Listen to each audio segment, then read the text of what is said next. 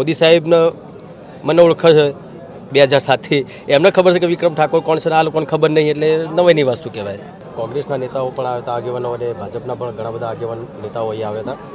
એટલે નિર્ણયમાં એવું છે કે હું કાલ કે પરમ દિવસે પોસ્ટ મૂકીશ. એ પોસ્ટમાં જે બી કોમેન્ટો આવશે, જે અમારા ઠાકોર સમાજ અથવા તો દરેક સમાજના જે મારા ચાહકો છે કે મારા એ બધા લોકોની કોમેન્ટ જોઈશ. કોમેન્ટ જોઈને પછી એ લોકો શું કહેવા માગે છે.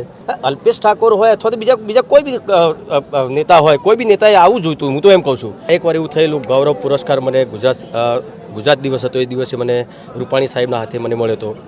એના પછી કદી પણ મારું કોઈ સન્માન નથી થયું. મનુ રબારી છે મીડિયેટર, એ લોકો કહે છે, હું નથી કીધું, મેં કીધું નથી. લોકો કહે છે કે મનુભાઈ ને એ લોકો બધું કંઈ કરતા હોય છે, મને એટલી ખબર નથી. આવું થતું રહેશે તો આગળ જતાં સરકારને પણ નુકસાન થઈ શકે છે. નિર્ણય એકચ્યુઅલી કર્યો તો છે, પણ એમાં એકચ્યુઅલી એવું થયું કે આટલી બધી પબ્લિકમાં બધાનો અલગ અભિપ્રાય હતો. બધા મારા કોંગ્રેસના નેતાઓ પણ આવ્યા હતા, આગેવાનો, અને ભાજપના પણ ઘણા બધા આગેવાન નેતાઓ અહીંયા આવ્યા હતા. ઘણા બધા આવી પણ નથી શક્યા અમુક, કેમ કે અચાનક આ પ્રોગ્રામ અચાનક નક્કી કર્યો, કેમ કે કાલ સાંજે નક્કી કર્યું ને આજે પ્રોગ્રામ હતો, એટલે ઘણા બધા આવી પણ નથી શક્યા. એટલે નિર્ણયમાં એવું છે કે હું કાલ કે પરમ દિવસે પોસ્ટ મૂકીશ. એ પોસ્ટમાં જે બી કોમેન્ટો આવશે, જે અમારા ઠાકોર સમાજ અથવા તો દરેક સમાજના જે મારા ચાહકો છે કે મારા એ બધા લોકોની કોમેન્ટ જોઈશ. કોમેન્ટ જોઈને પછી એ લોકો શું કહેવા માગે છે, કેમ કે અત્યારે આ વસ્તુ કરવાની જ હતી અમે અહીંયા, પણ થોડુંક આ વધારે ભીડના એના કારણે આ વસ્તુ થઈ ના શકી.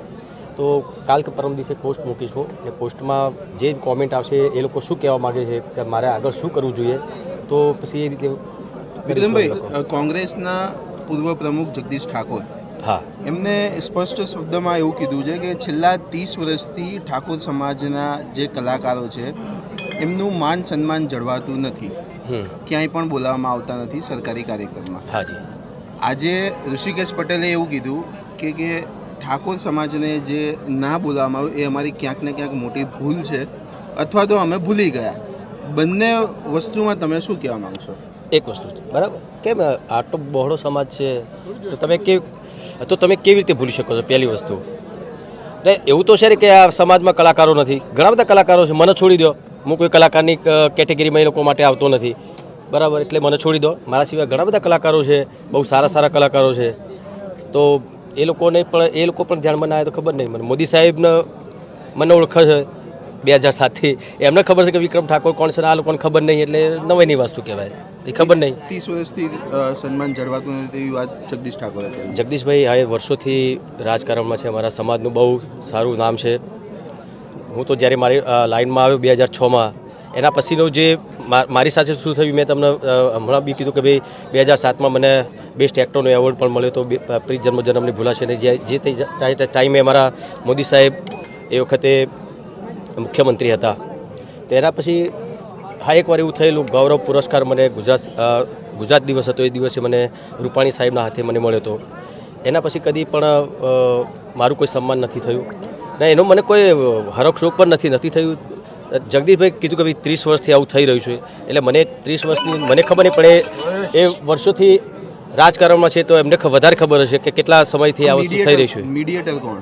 સ્ટેજ ઉપરથી એક વાત કરવામાં કે મીડિયેટર એક છે, મનુ રબારી છે મીડિયેટર. એ લોકો કહે છે, હું નથી કીધું, મેં કીધું નથી. લોકો કહે છે કે મનુભાઈ ને એ લોકો બધું કંઈ કરતા હોય છે, મને એટલી ખબર નથી. વાત રહી શંકરભાઈ ચૌધરીની, એમણે બધા વિધાનસભામાં બોલાવ્યા, બરાબર, બોલાવે, જો એમના નજીકના સંબંધના છે, એમના મિત્રો છે, બોલાવ્યા, બહુ સારી વાત કહેવાય. તો ચોખ્ખી વસ્તુ તે એમના જે સંબંધી તે એમને બોલાય, એમના મિત્રો તો એમને બોલાય, એમનો મને કંઈ વાંધો નથી. વાંધો મને એ છે કે ભાઈ આટલા વર્ષોથી ગવર્મેન્ટના પ્રોગ્રામો ચાલી રહ્યા છે, ઘણા વર્ષોથી, એમાં કોઈ પણ પ્રોગ્રામમાં ઠાકોર સમાજનો એક પણ ભાઈ કે બેન કેમ નથી, એની વાત છે. તો એ એની જવાબદારી કોની? જવાબદારી સરકારની. ચલો સરકાર કે ભાઈ અમને ખબર નથી, આ તો અમે કોઈને હુંપી દીધું, તો કોણ? મીડિયેટરને હુંપી, બરાબર.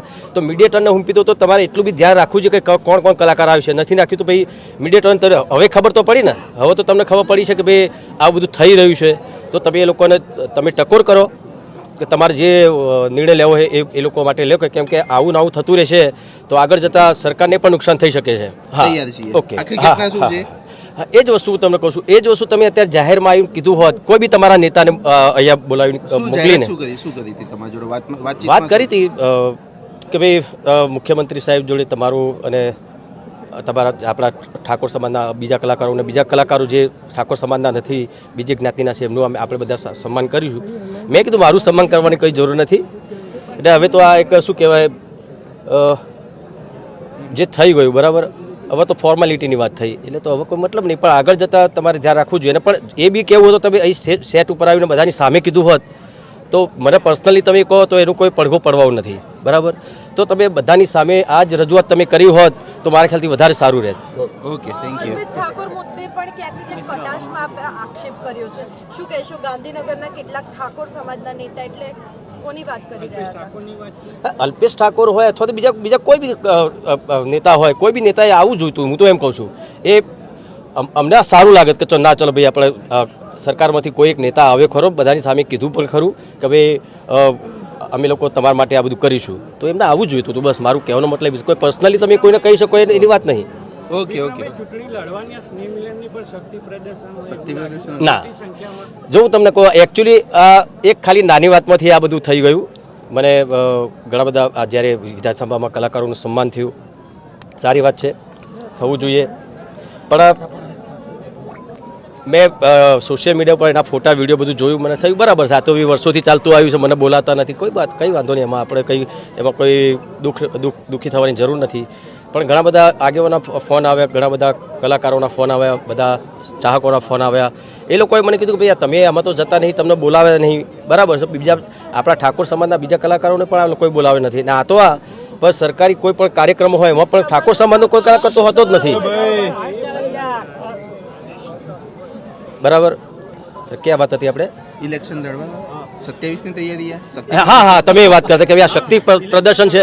ના ના ના, આ શક્તિ પ્રદર્શન તો એ વખતે મને થયું કે સારું, ચાલો મને તો નથી બોલાવતા, પણ ઠાકોર સમાજના કોઈ બી કલાકારને આવા ફંક્શનોમાં નથી બોલાવતા, એટલા માટે મારે લાઈવ થવાનું હતું. મને પણ ખબર નથી કે આટલું બધું આટલું મોટું રૂપ થઈ જશે, આ મોટું થઈ જશે, એ મને પણ ખબર નથી. ખાલી મેં મારા દિલની વાત કરી હતી કે આ વસ્તુ ના થવી જોઈએ, કોઈ બીજા કલાકારને પણ મોકો આપવો જોઈએ.